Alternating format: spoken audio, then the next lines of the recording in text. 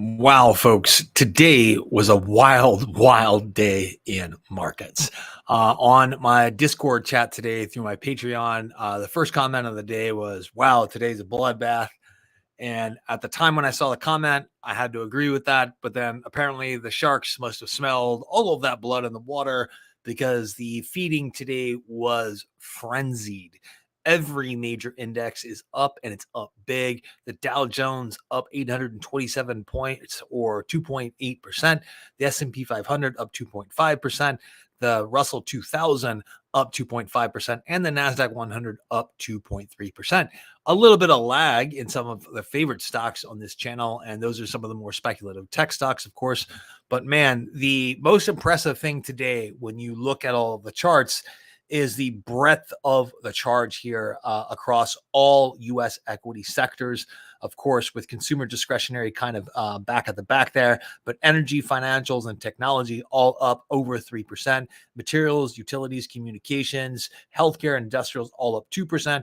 And the laggards, of course, real estate, consumer staples, and consumer discretionary, which means a couple of things to me because the breadth of this rally was just absolutely breathtaking. There was so much volume in the market today that I think this is a signal that over and over now we have found the bottom at right at about 3,600 for the S&P 500, and I'm calling it today. That is, and of course, look, analysts are a dime a dozen. Predictions are worth even less, so you don't have to read too much into this because number one, like I said, predictions aren't worth very much. But number two, I don't know what the future holds any more than anyone else. But when we look at today's CPI reading, and let's talk about that. So Vane H says, hi, Jason, bring the thoughts on today's bounce and CPI reading and where it takes us.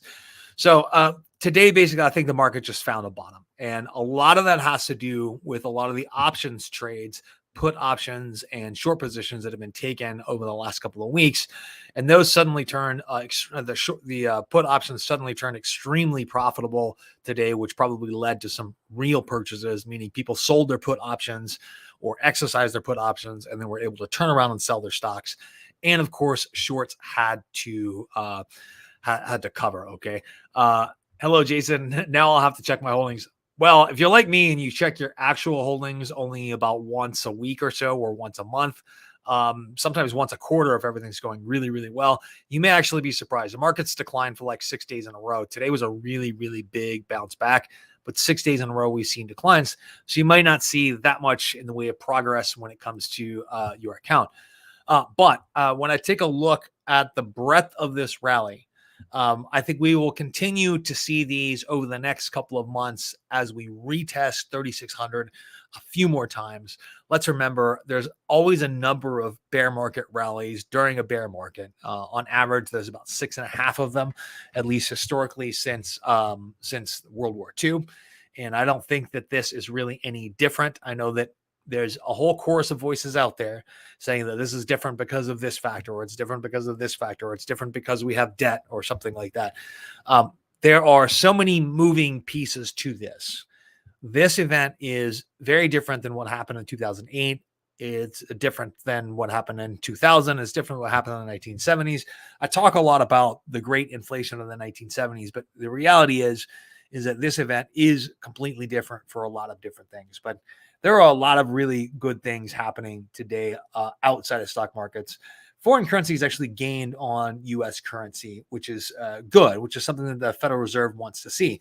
Now, CPI actually came in as, and core inflation actually came in as really disappointing, meaning that it was basically a little bit lower than last month, but didn't decline as fast as everyone was hoping that it would, and as fast as many of the predictions were saying that it was going to.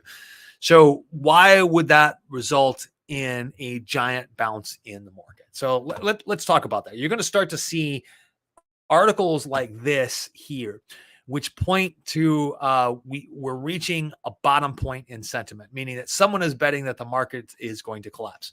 This was a giant trade that was put through. And look, the mood on Wall Street is absolutely horrible. And this article states that it's hard to find anyone who feels good about owning stocks, much less buying them.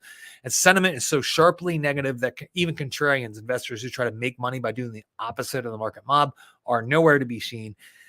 For a lot of reasons, sellage in this market has just dried up. But when the options market starts to take this position that there's doom and gloom here, they're anticipating lower prices, that's when I really start paying attention. When I see the volume of puts that is actually being sold on the market right now, and I see how profitable those are becoming, I start to see a bottom forming here in the market. So the Federal Reserve is going to raise interest rates aggressively until inflation is tamed, and that will almost certainly mean higher unemployment. In fact, there was one prediction today that the economy is going to lose about 175,000 jobs a month for the next 9 months or so, which honestly is not terrible. It's not terrible. We do have an overheated economy right now.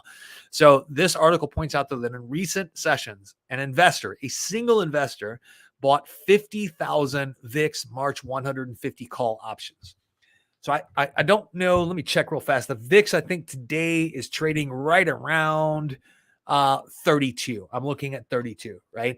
So the VIX has never actually traded up at 150. So someone is not just betting on collapse of the stock market, a really large institutional investor, but they paid 19 cents per contract. So they didn't pay an inordinate amount of money for that contract. And let's remember that even if the VIX goes up, double from where it is now into the 60s, they're still going to make plenty of money on this trade. But in the event that the VIX actually went up to 150, it's entirely likely that the stock market would be closed, and they would not have a chance to execute on that put, because that's what happens. Your puts expire, and basically nothing happens to the contract when they close the market.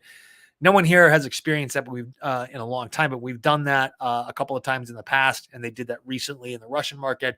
They did it in the European market. I don't remember exactly when that was, but their options contracts were a little bit different than ours. So, and then somebody else bought about 5,500 January 120 calls on the VIX. So there are a couple of people that are hedging their positions.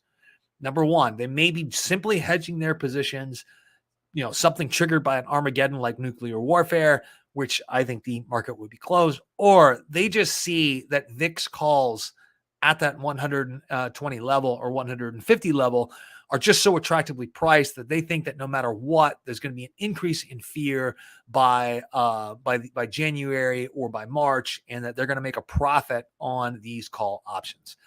I tend to agree. Now, this is not a purchase, no matter how much money I had, that I would make, but it actually is a fairly sound strategy right now when you look at the price of those 150 call options, the likelihood of that actually happening, and the potential for those call options to rise in price just with a moderate increase in the price of the VIX option. I think this is another signal that we have reached kind of peak bearishness when we are getting single investors that are putting in 50,000 VIX contracts and 5,500 VIX contracts. This is kind of a big deal. So, okay. So yeah, I was a little bit wrong about this. The VIX has never reached 150, but the CBOE determined that it would have traded above 150 during the 1987 crash. The VIX was only created in 1993. But here's what's significant about that. Even though the VIX traded at above 150 in the 1987 crash, the 1987 crash was a giant nothing burger. The market crashed by 25% in a day. And by the end of 6 months, you had made all of your money back. And by the end of the year, you were in the green. So that crash turned out to be kind of a nothing burger for a lot of people. And during the financial crisis in 2008, the VIX hit a closing peak of 80.86 in November of 2008. Now let's remember, the market continued to decline. Even though the VIX hit its highest in November 2008, the market continued to decline all the way into March 24th of 2009. Now, the market turned around on March 24th, 2009 and had a 57% run up through January 10th, 2010. Now, why are those dates important? Because between those dates, the economy was still judged to be shrinking. We were still in recession. The economy was contracting in that time period, but because the stock market is a forward pricing mechanism, we start pricing where we think the economy is going to be 9 months to a year from now. The market started to rise before that. So my question is where do you think the market is going to be 9 months to a year from now? Where do these institutional investors think the market is going to be 9 months for a year from now? Now, this is a bearish put to a degree. They're taking something that 150 call options, 120 call options, places where the VIX has never been before, and they're placing these outsized bets. Excuse me, but these outsized bets are actually fairly inexpensive compared to how you would hedge normally. So they're hedging against something like nuclear war, which you'd have to survive the nuclear war to actually enjoy your gains. So, yeah. So, Bram, want to address your comment first. So happy that I bought 7 shares this morning. I actually bought 14 shares this morning, right at around 208. And I actually have a put in that expires November 18th at 200. And I'm happy to own Tesla shares at 200, even though I feel like there could be a potential bottom for 180. Even without Elon Musk being in charge of Twitter, the man seems to do himself no favors every day by making political comments lately or suggesting peace plans or possibly even engaging in unauthorized diplomacy and possibly sort of messing with the war effort by limiting, access to not Skynet. What is it called? Starlink over Crimea and the Donbass or any of these other territories. So I think that he should stay out of politics. I think he should run his companies. You can't stay out of politics completely if you're that wealthy, of course, and if you're that internationalized. So, Paulo Mateus says, what is your strategy during this time? Waiting for a bottom consolidation or just keep DCAing into your favorite stocks? So I keep DCAing into my favorite stocks. Back about January, I kind of slowed down a little bit in DCAing, and I didn't buy anything for a long time. And I just made my first purchase of Tesla shares in a very, very long time because I couldn't resist. But I restarted DCAing. My cash flow improved a little bit, but also back in January. So I just slowed it down a little bit because I kind of realized that there's a lot of uncertainty here. I was looking for better opportunities. So I kind of broke my own rules when it comes to doing it on a regular basis. But it left me with a little bit more of a war chest when I started resuming those purchases back in June when the market crashed. And then I've done this all through the rally up until recently, and then the crash back down. So yeah, I'm still dollar cost averaging. I'm actually still searching for newer positions now. I've reached sort of where I want to be when it comes to all of my positions. And I made a couple of bigger recent bets, really speculative bets, like on Moneyline. I think I now own like 14,700 shares of Moneyline. I think it's a solid business. I don't think it's a $50 stock in the next 5 years or something, but I think that me with an average cost now of somewhere around $1.40, I think this is an easy $5 stock in the next 2 years, possibly a $10 stock in the next 2 years. So Rad Cha says joining in late, saying hi, catching up with the video. Thank you so much, buddy. You've been a long time subscriber. I wanted to thank you so much. Just as a reminder, folks, the super chat features are on if you feel so inclined. I'm happy to talk about any questions you might have, but let's take a look here at another article here on Barron's. This is behind the paywall. One of these days, I'm probably going to get in trouble for always featuring articles from behind the paywall. But look, core consumer prices don't include food or energy, but the last guest that I had on, Amar, and this was probably wasn't the best live stream. We didn't really prepare for that, and we didn't really know what to talk about. But he made a really important point about core inflation, that 35% of that calculation is rent, and rents have gone absolutely out of control. So everything else on the consumer price index could essentially drop to zero, and we'd still have inflation. So until rents start to come down, basically we're going to have inflation. So the inflation dragon is going to take longer to tame than just a couple of months of raising interest rates. It's going to take sustained constriction of capital in order to really affect the business cycle. And let's be honest here, guys. Let's remember, recession is not necessarily the goal, but that is going to happen. Increased unemployment in order to decrease demand, in order to give supply chains a chance to normalize, but also in order to take some of the pricing power away from the labor market. So I think that the rise in wages has been mostly good for the last couple of years, but combined with the chaos in supply chains, increasing demand that the economy can't handle, it's gone a little bit too far at this point. So let me see here. Vein H says 75 basis points next rate hike. How do you feel the likelihood of 50 after it or less hawkish Fed in November? So I think in November, we're going to see that 75 basis point rate hike. After that, I think there's a possibility that we see a half a point, but I think there's zero possibility actually that we see, a less than zero. I don't think there's going to be a reduction in rates, even if we see a decent improvement in inflation, but we're not going to. We're going to see incremental improvement in inflation. Remember, they are looking at numbers going back, 30, 60, 90 days, and then comparing it year over year and then comparing it to historical numbers. They're not going to look at 1 month and say, this is a trend. We're going to cut back on interest rates or we're going to stop raising rates. They're going to look at several months of declining inflation before they start to say, hey, we're actually going to take the brakes off of raising interest rates. And I don't think that I think that they are very comfortable in the long term of rates, short-term rates being at 4.5%. I think they're extremely comfortable with that.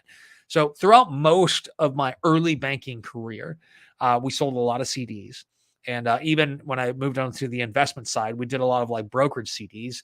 And typically CD rates were 6 to 5.5%. I'm not sorry, 4.5 to 5.5% in that range for a very, very long period, almost regardless of what the market did, right? Or what the Fed was doing. There was just a price to be paid on deposits. And as long as mortgage rates were higher than that 5% mark, you were almost guaranteed to get CD rates at higher than that 4% mark. So we are in an era right now where we're once again seeing banks have an expanded spread between deposit rates and lending rates. And this is particularly acute for companies like SoFi and for companies like Moneyline, for now these PayPal loan builders that you're looking at, all this. They didn't start, or they're not pushing PayPal loan builder right now because they're desperate. They're doing it because they know that spreads are going to grow in this case. And then there's a lot of money to be made in lending. Yes, there's going to be a little bit less in the way of lending, but the loans that people make are going to be much more profitable for a much longer time. So, yeah. So Vane, you followed up your comment there with 50 for December. I mean, I think that is entirely possible that we see 50 basis points in December. I'm not sure that it's likely, but I definitely think it's possible. If I thought it was impossible, like anything less than 75 basis points in November, I think that's impossible at this point. I think that that's a large part of what the market reacted to as well, is certainty. So certainty would be the market likes certainty. They abhor uncertainty, and the inflation numbers and the unemployment numbers basically make it certain that we're going to see 75 basis points in November. So it's kind of contraindicatory. And it's really, it's something that it's counterintuitive in a lot of ways, but it happens all the time with the markets. Markets are very hard to predict. You probably shouldn't bother. And Vin, I wanted to thank you for the $3 Canadian Super sticker. I don't know how much that's worth now since the American dollar has appreciated so much. So Demo says 60% real estate, 30% managed index, and 10% growth, China Crypto USA. With this setup, what would you do with a year-end bonus? What do you mean by managed index? So what do you mean by managed index? Are you in? So talk to me a little bit about that. So that's what I'd like to know more about. But 10% growth stocks. Honestly, right now, if you got a Christmas or if you got an end of year bonus, I would take a look at growth stocks. But I would take a look at growth stocks, not typically the things that we talk about in our Discord platform. I would take a look at growth stocks that are a little bit more mature. You're gonna get a lot of snapback when the just from market action when the economy improves and that sort of thing. When it comes to a lot of the growth stocks we like, remember there's no guarantee that these growth stocks actually grow. There's no guarantee that they don't get out competed with some of these larger players. Like if I got a Christmas bonus, Google might be a good option. If I got a Christmas bonus, actually something in the defense industry might be a really good option. Like Raytheon right now, I'm thinking is going to have scads of contracts coming their way as we seem to be switching. The military industrial complex seems to be switching over to an anti-platform setup. There's going to be a lot of development, and what I mean by anti-platform is small portable anti-aircraft and anti-armor, anti-artillery types of weapons. So drones, man pads, anti-tank guided missiles, that sort of thing. There's going to be a lot more development in that because of all the data that we're gathering. So I think that Raytheon, which has headquarters here in San Diego and production facilities in Huntsville, Alabama, if you're around the Huntsville, Alabama area, that would be a great place to look at real estate. That is an area that's kind of underwater, underground rather, that you don't necessarily think of, but has an educated population, a university there. They have very little in the way of regulations. They have a lot of military contractors that are already there and a solid like intellectual and engineering community there, and really good opportunities for manufacturing jobs as well. So no, this is, oh, wow. Thank you so much. It says, guys, buy Jason a coffee if you feel appreciated.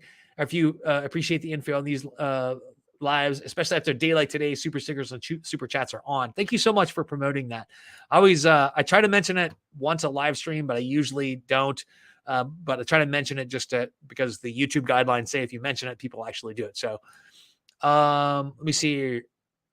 Rock bottom on what hold on 2 days will be red again, all the way to the bottom indexes. So let's be clear. My prediction of rock bottom is based on nothing. There's not a lot of due diligence that goes into it. There's no way to predict markets. There are trends that I'm looking at, especially when it comes to the breadth of this rally, that tells me that we've just found the bottom. It doesn't mean that we're not going to go back down to around 3,600 or so. I think we're definitely going to test those bottoms again.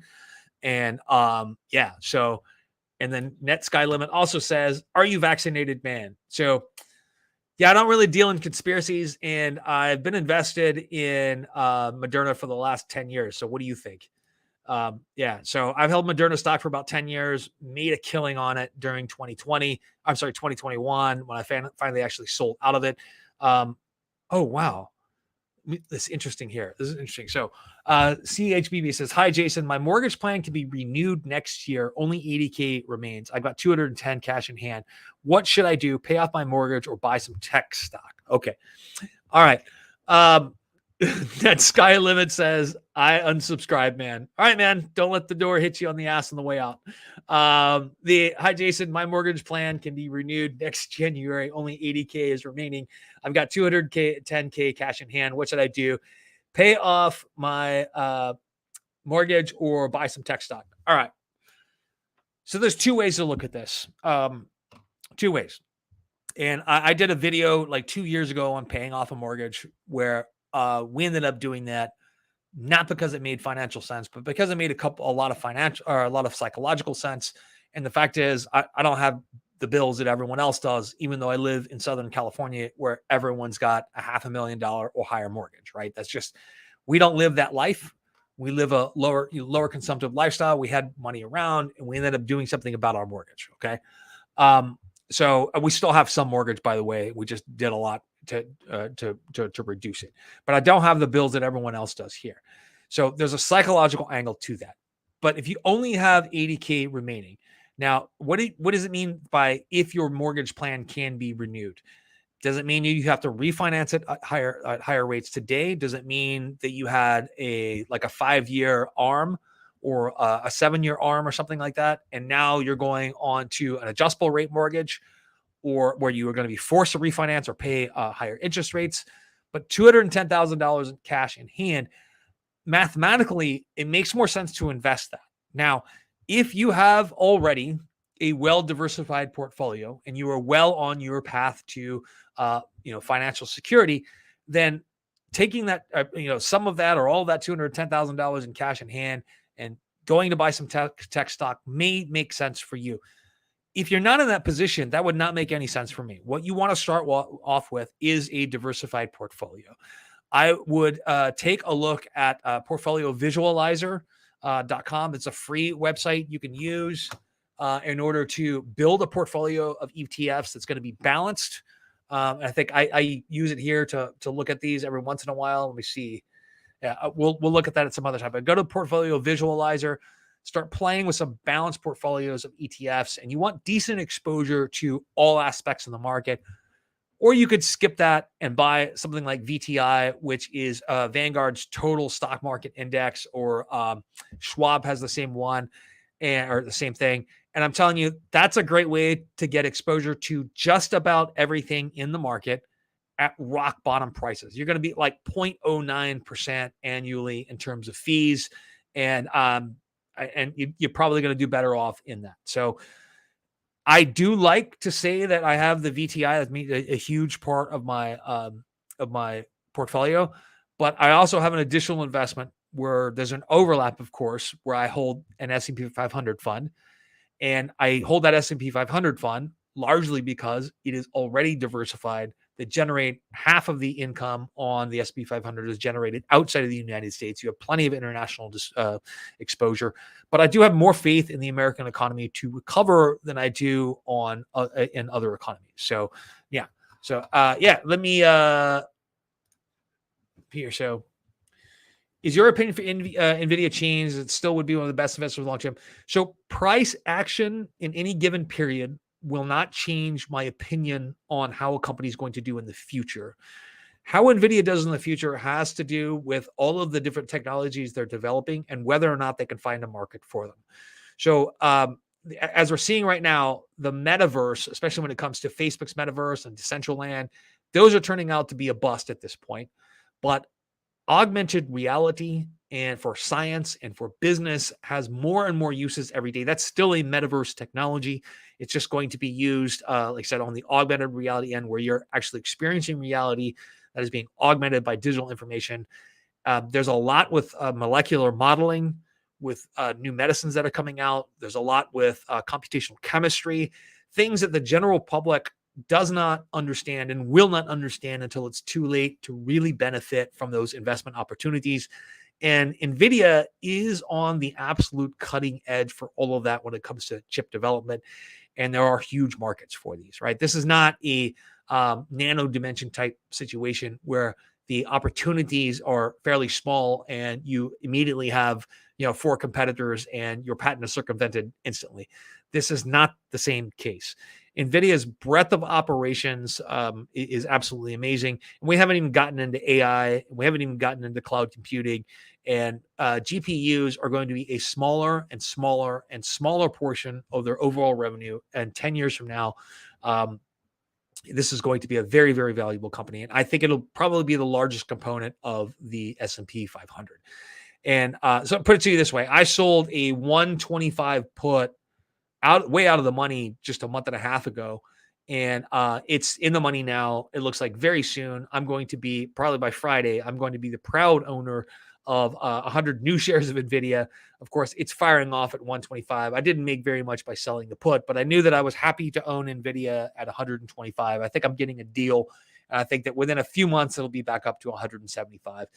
Even though we see the bottom kind of dropping out of the GPU market, in other parts of their business, it's just growing and growing and growing. And my investment period, what I invest for, is never for a short time. It's always for 5, 7, 10 years would be a minimum holding. My minimum holding period for Nvidia right now is 10 years. That's what I'm looking at holding Nvidia for. And let's remember, I don't necessarily buy puts or sell puts rather because I'm extremely optimistic on a stock. I do that as a strategy to get into a stock at a price that I want and to get paid to do it. So yeah, let me see here. Xpeng's valuation 3 times smaller than Neo now seems a good deal to me because I don't think Xpeng is 3 times smaller than Neo. How do you feel? So I don't think it's 3 times smaller than Neo, but let's remember that the prices of Neo, Xpeng, and Lee are not really going to be efficiently priced for a very, very long time. So you may actually be seeing some good value there. Now, let's remember, of course, that Xpeng is not a profitable company. They are not a long ways away from profitability, but probably the earliest would be in 2024 at this point. So you have to look at the word value very differently. And remember that I think that these companies are not priced efficiently at all. That even though they are growth companies, I'm looking at Xpeng, they have a real product. They are moving a decent volume of vehicles. Their market is absolutely huge. They have a big place in the American psyche when it comes to stocks. But in China itself, Xpeng, Neo, and Li are not even close to the largest players in the auto industry there. Like BYD is absolutely kicking their butts. Lots of other companies, larger companies, are pivoting to making EVs, and they don't have the giant lead on their traditional companies like Tesla has here. Like Tesla basically got established and sold 500,000 cars before the auto industry really paid attention to them, right? I mean, they were paying attention to them. They're making their own plans, especially after like 2019 when they saw the margins on the Model 3. That's really when the auto industry really started paying attention to Tesla, realizing that they were going to get outcompeted on a margin basis, and Tesla was actually in the future going to be able to provide vehicles at a much lower price than internal combustion engines. And not today, but possibly very soon, that's going to happen. Certainly in the distant future, that's going to happen. So Neo, Xpeng, and Li don't have that advantage. They started quite a bit later. Their ramp up took a little bit longer. Their ramp up for Neo and Xpeng is not going. So they have more vehicle models than Tesla did back in the day, but their ramp up in terms of how many they can produce is not going as well. And I think partially that's because they have so many models. They have not concentrated on just simply ramping up production, satisfying demand, not seeing that as a branding exercise. And that's one of the things that Tesla really did well is it simply produced. They got this idea from Ford. It wasn't original. That simply producing a butt ton of your cars and getting them on the road is the best form of advertisement that you could have. Like I see Teslas freaking everywhere, and yet when I traveled this summer and I traveled last summer, I saw a much lower proportion of electric cars on the roads outside of California. And I see the same arguments. Oh, it's going to overload the grid. I'm like, yeah, it's not going to overload the grid for everyone to charge at home. That's like saying that, 5 people on your block couldn't run their dryer at the same time without overloading the grid. That's not really going to happen. And we're going to see grids become more advanced as well, too. But I saw all of these arguments when I was traveling around the country against electric vehicles. And I had to think to myself, these had to be exactly the same arguments that, buggy makers said against the car when it came out. There were probably photos of buggy makers or hand-drawn pictures of cars going around, buggy makers, people laughing at them for running out of gas, saying, "What are you going to do now? All my horse needs is grass and water to run." Kind of the same thing is happening with electric vehicles right now. And all of those people don't realize is that they've already fallen behind the times. They're already dinosaurs. They're missing out on this incredible investment opportunity and this incredible revolution. And instead of benefiting from the technology revolution, they're just going to be consumers of it, right? They're not going to make money off of it. They're not going to grow their wealth, which is the thing that we look at here to do on this channel, is for us to talk about ideas in which we can grow our wealth and talk about ideas in which we can protect our wealth. You guys know that I engage in financial planning partially for a living. I do that part-time. And a lot of what I talk about is not stocks. A lot of what I talk about is how to protect what you have with diversification, with hedging strategies, by doing things outside of the stock market with real estate and that sort of thing. And we do a lot of like future planning and all that. So I want to really help you guys get to that point as well. A lot of you guys I know who watch the channel, you are just struggling to get a foothold when it comes to financial stability, to get a foothold in the investment world, to say, hey, I reached a $10,000 goal this year. Next year, I want to have 20,000 investments. The year after that, I want to have 100,000, whatever it is. I want to help all you guys get there. So Chris updated his thing. He said he's got 60% in real estate, 30% in managed index, and 10% in growth stock. So managed index for me is mutual fund and Sun Life. Company matches contribution. You may or may not. Your company is the one who chooses the investment options in the plan. Depending on how large a company is, though, you may be able to go to your plan administrator at the company and simply ask them to add investment options to the portfolio. I did that at one of the smaller companies that I worked for years ago. And I've actually seen some really, really horrible 401k plans where the people in the 401k plan really didn't have an option. Like one of them that I saw, and no joke, this was horrible. And they had to have gotten fined for this, but the only options were a cash fund that at the time was paying like 1%, or a fund that invested in raw land. It was a dentist who was trying to force his employees to invest in this raw land fund that he actually had some sort of controlling interest in. It was completely corrupt. And the company that I was working with initially, they decided to no longer sponsor this plan because we could not get him to entertain the idea of other investment options. And we determined that acting as a fiduciary for the 401k participants, which we were required to do, we couldn't act as a fiduciary if they didn't have the ability to have low cost, highly diversified, low transaction volume funds, because that is an integral part of investment success. If you don't want to be a full-time trader and you're doing this through a 401k, and you shouldn't be a trader in your 401k, you should simply be an investor. So, and Sun Life is a good company. They probably have in that they might have some of their own funds in there, but I think I remember Sun Life had a lot of American funds in there and some Dodge and Cox funds in there and a bunch of other things that you were able to choose from. And they had over 200, 300 different funds you could choose from. You probably have maybe 15 or 20 different funds in that 401k that you can choose from. A mutual fund inside of a 401k, sometimes they have pretty high fees in there. Sometimes they don't, but you can look at the prospectuses for all of those funds inside of there. And if it's a choice between one index fund and another index fund that track the same index, ostensibly they should have all of the same holdings. Your choice in there is to choose the one with the lowest fees, because by definition, you're going to make more money in that fund simply because it charges a lower fee. So, but if you had 60% in real estate, 30% in your managed index, in your index funds, 10% in your tech stocks, I would, and I know from based on conversations that you're a little bit more of a sophisticated investor here, that you have an appetite for risk.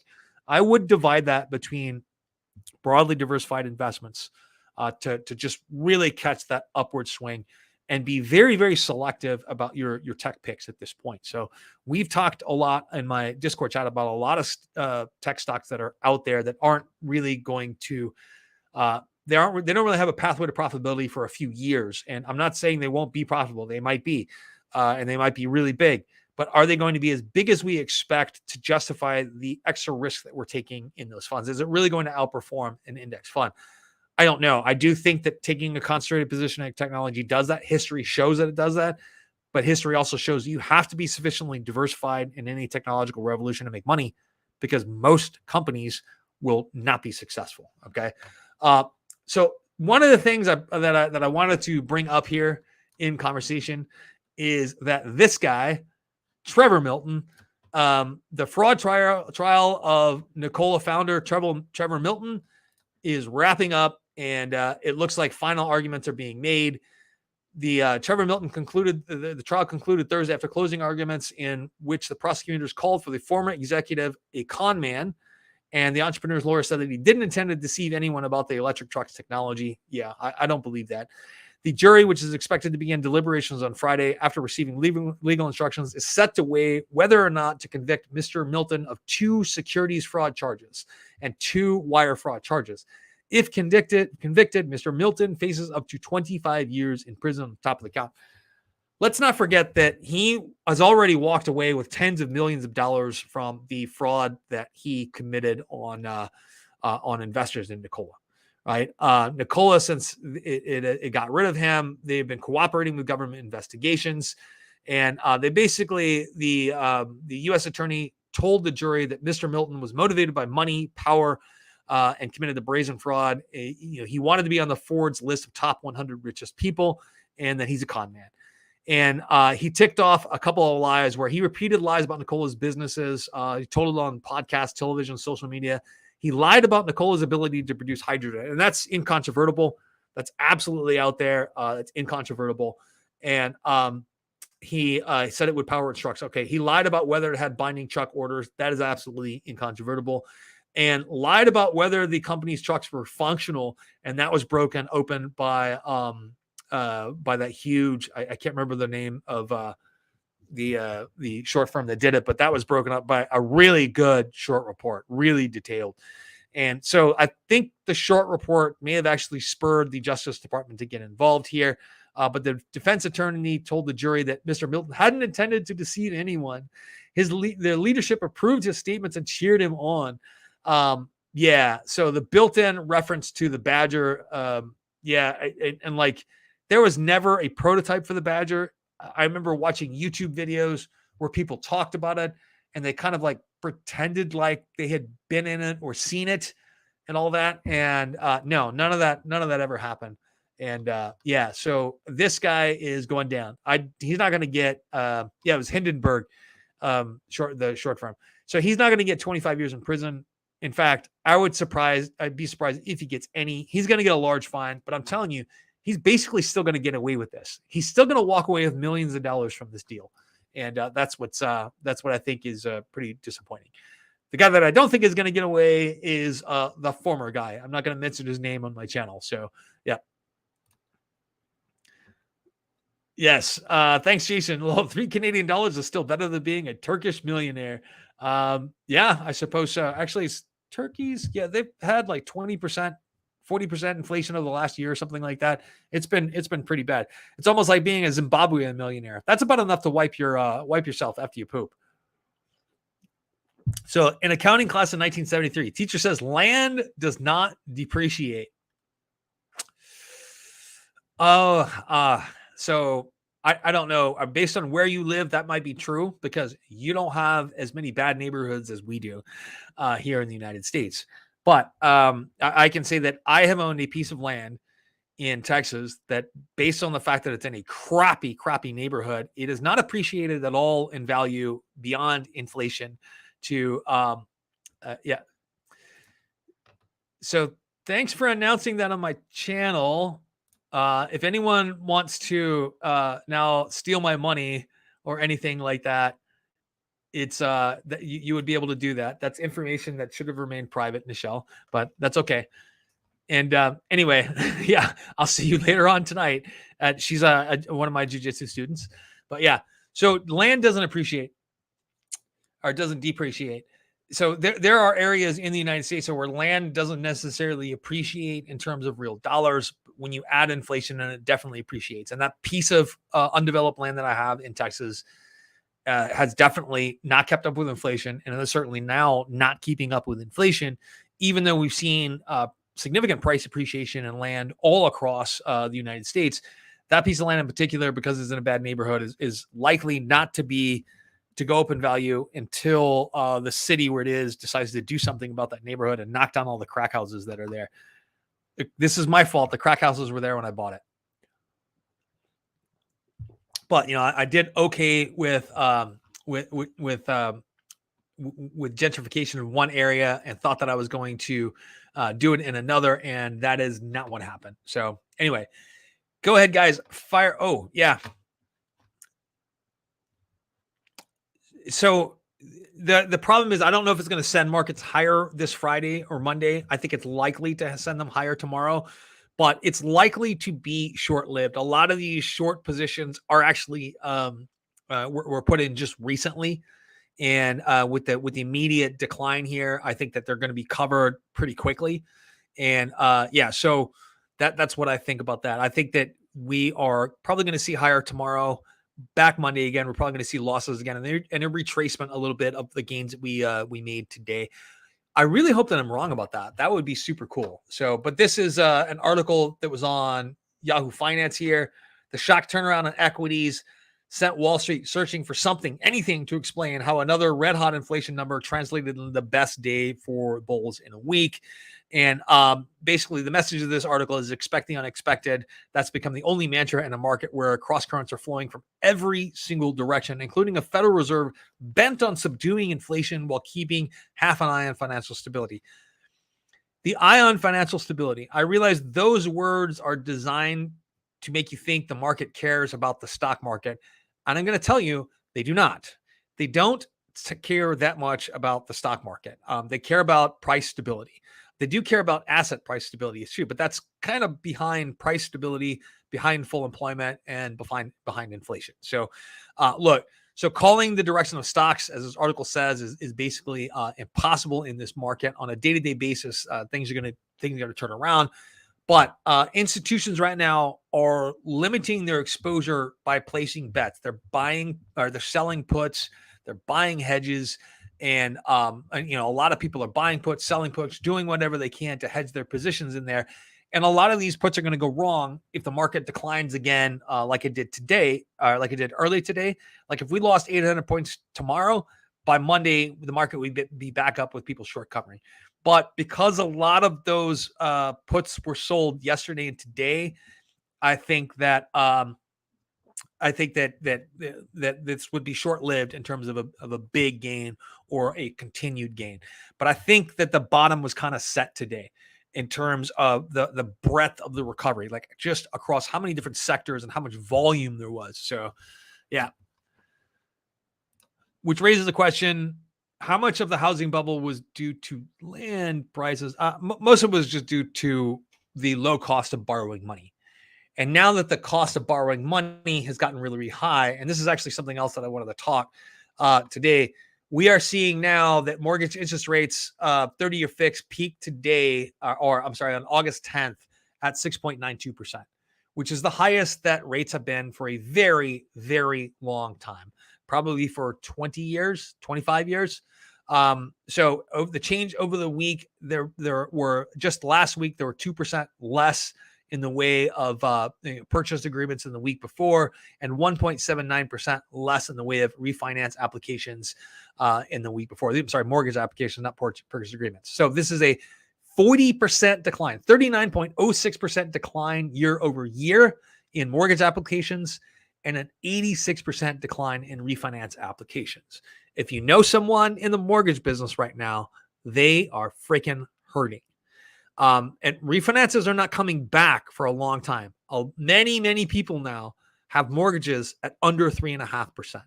That is not going to come back for a very, very long time. And we're seeing a 40% decline in new mortgage applications.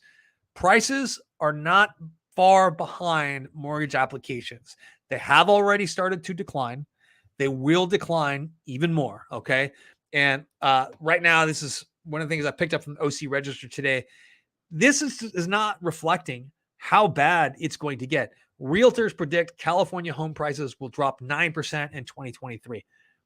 This is going to be one of the better markets in 2023, largely because of the fantastic weather that we have here, strong economy that we have here, strong business. Basically, this is the center of technology, one of the centers of the genomic revolution. And I know that the stocks aren't doing that well, but there are genomics companies all over where I live. There are technology companies everywhere here. There's just a lot of money here, and there's a lot of foreign buying pressures for people that want to own a second home or a vacation home or something like that. And a lot of people that just move out here on a whim if they have money. This keeps this market artificially high. So I do think we're going to see a decline. I do think it would be 9%, would not be out of the ordinary. But I think that other markets, like more sensitive markets like Phoenix, are going to get crushed, man. 23, 24% declines in markets. Tucson is going down the tubes. Austin's probably going to see a really significant decline in prices. They already have. I looked at another article. I didn't put it on the screen. I don't know where I put it now. But Austin is one of the other markets that I really look at. And they're seeing a pretty big decline in prices at this point. So if you live in your home and it's not, you're not looking to turn it around anytime soon, that probably shouldn't mean that much for you, right? But a lot of folks that are trying to get into a home, they're looking at prices dropping here, but they're also looking at the cost of borrowing going up. This article here talks about price affordability. Says even falling almost 9%, 2023's median house prices would be 15% higher than 2020. And there was other thing that they talked about when it comes to affordability. Something like a 3% rise in the interest rates put 20 something percent of the people out of the market, right? But more than 22% of California buyers paid in full without a mortgage when buying a home in 2022. That's a pretty large percentage, historically speaking. On a back of the envelope calculation, just 18% of California households. I don't know why I always sneeze during my live streams. Probably need to dust in here a little bit better. Oops. But just 18% of California residents can afford the median price house that's going to average about $3,875 a month next year based on that CIR forecast. Despite falling prices, that's up from $3,652 a month. So 18% of households can afford to buy a median home price in 2023, down from 19% this year and 32% in 2020, meaning that affordability has dropped by almost half in California. What is that going to, and this is on homes that have really huge prices that haven't, and we have really large mortgages. In areas where you have a lower median income and housing prices are still high, I'm thinking Texas, Florida, South Carolina, those places, the impact on affordability is going to be even greater. Now, they had a higher affordability than 32%, probably around 44% for those states that I just mentioned, but it's going to be cut in half as well, just based on interest rates, which means that we will see, guaranteed to see, a decline in prices in almost all of those markets. And it's coming very quickly. In the next 3 to 6 months, we're going to see prices start to slowly decline, and we're going to see inventories rise. We've already seen in most markets a more than 180% increase, and I'm really thinking of Phoenix here, in inventories in the last couple of months, and we're already starting to see price cuts. So that's what I think about land prices right now. It doesn't make it more affordable unless you're paying cash. If you're borrowing money, it's not necessarily more affordable, but it makes it a lot. The affordability of homes in a lot of states right now, a lot of metropolitan areas, is not really going to improve for quite some time. If you're looking to get into a home and you think you need to do it before interest rates go up any higher, I would say you actually have time. You actually have time to start saving more money, maybe use some CDs or something like that to help you keep a little bit up with inflation. You're going to see prices decline a little bit. If you go in with a larger chunk down, borrow a little bit less at higher interest rates. And I said, I don't think they're going to get much higher than about a point and a half higher than they are now before we start to see a hold on interest rates and we see mortgage rates sort of level out for a while. But part of the goal of the Federal Reserve is also to cool down the housing market.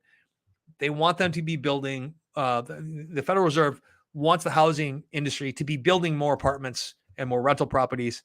And they want the single family market home to decline. And this was explicitly stated by Jerome Powell. They wanted to decline to a point where Americans can afford to buy homes.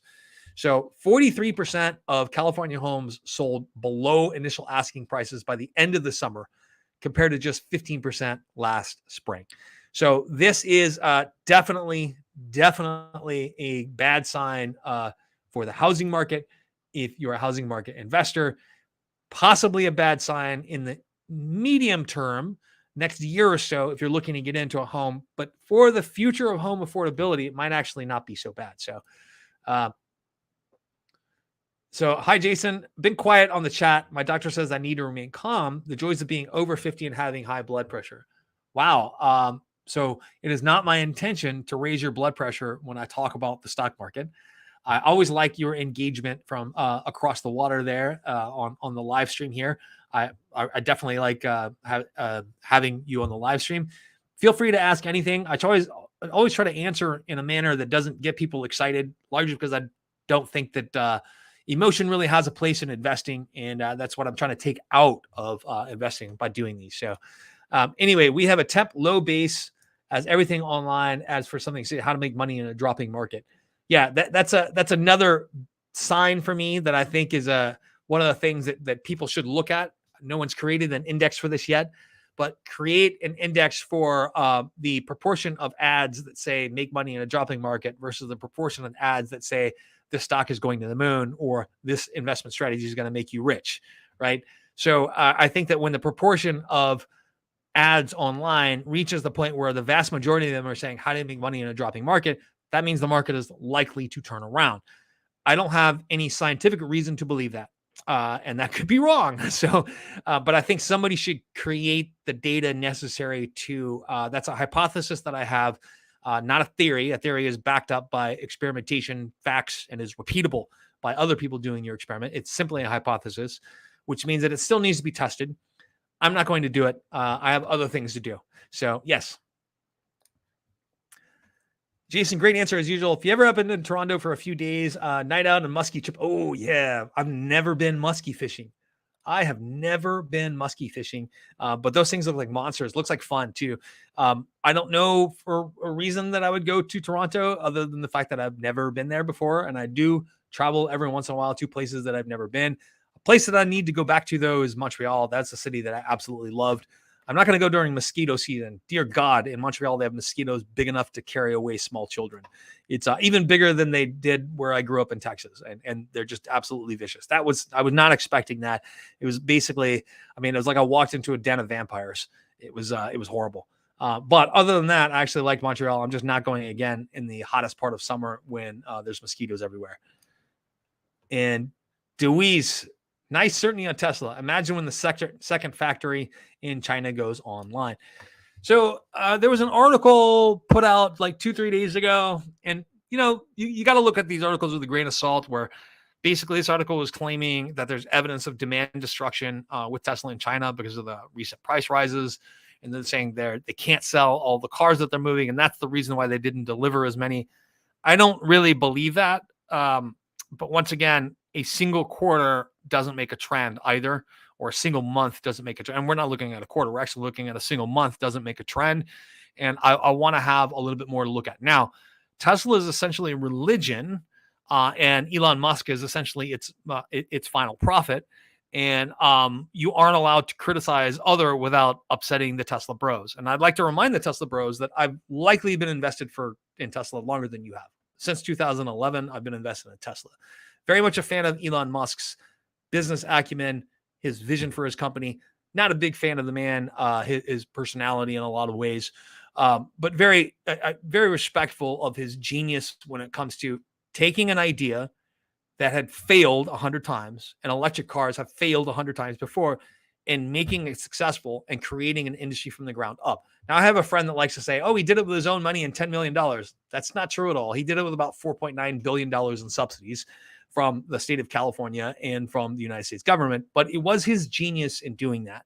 Yes, I know, before someone mentions it, he did pay back the loan, but we're talking about also the tax credits and outright cash grants that he got for those as well.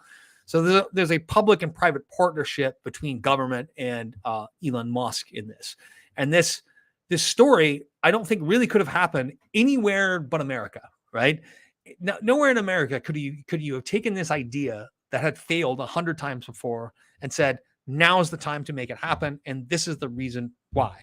Now, I think that I tend to agree with the Cathie Wood's argument that it's mostly based on Moore's law and the ever increasing decline in manufacturing costs for batteries that's ultimately going to make the electric car successful. And we're seeing that now. We're also seeing the acceleration of new ideas in energy storage, all kicked off by Tesla.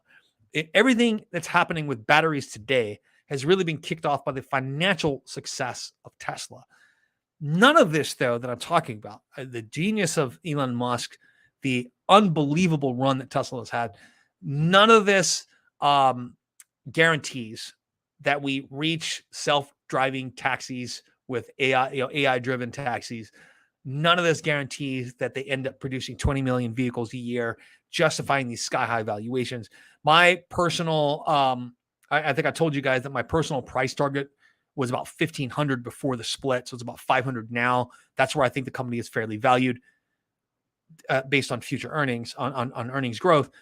That calculation, though, is something that I've done 4 or 5 times where it's reached fair value. And I've said, you know what? I'm going to hang on to it longer. And I've been rewarded for that. This time around, though, I may reduce my holdings in Tesla at that point and diversify across some other. I may be looking at other areas of technology in that point.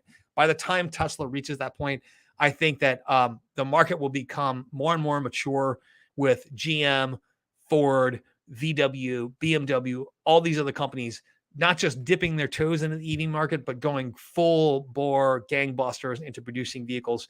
And I may diversify that investment to another area of technology that I simply haven't identified yet.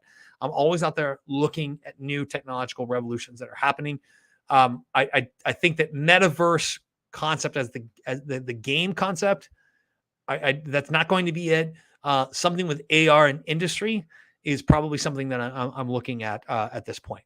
And I haven't developed those ideas out all that maturely at this point. I want time to sort of like think about this and design a way to talk about with you guys intelligently. So, yep. Yeah. So anyway, we have been on for just about an hour, and I have classes to teach tonight at my academy. So I am going to get going. Yes, today, Nichelle ruined it. Today is my birthday. And I'm going to have a beer tonight. So thank you very much, guys. And I will see you next time.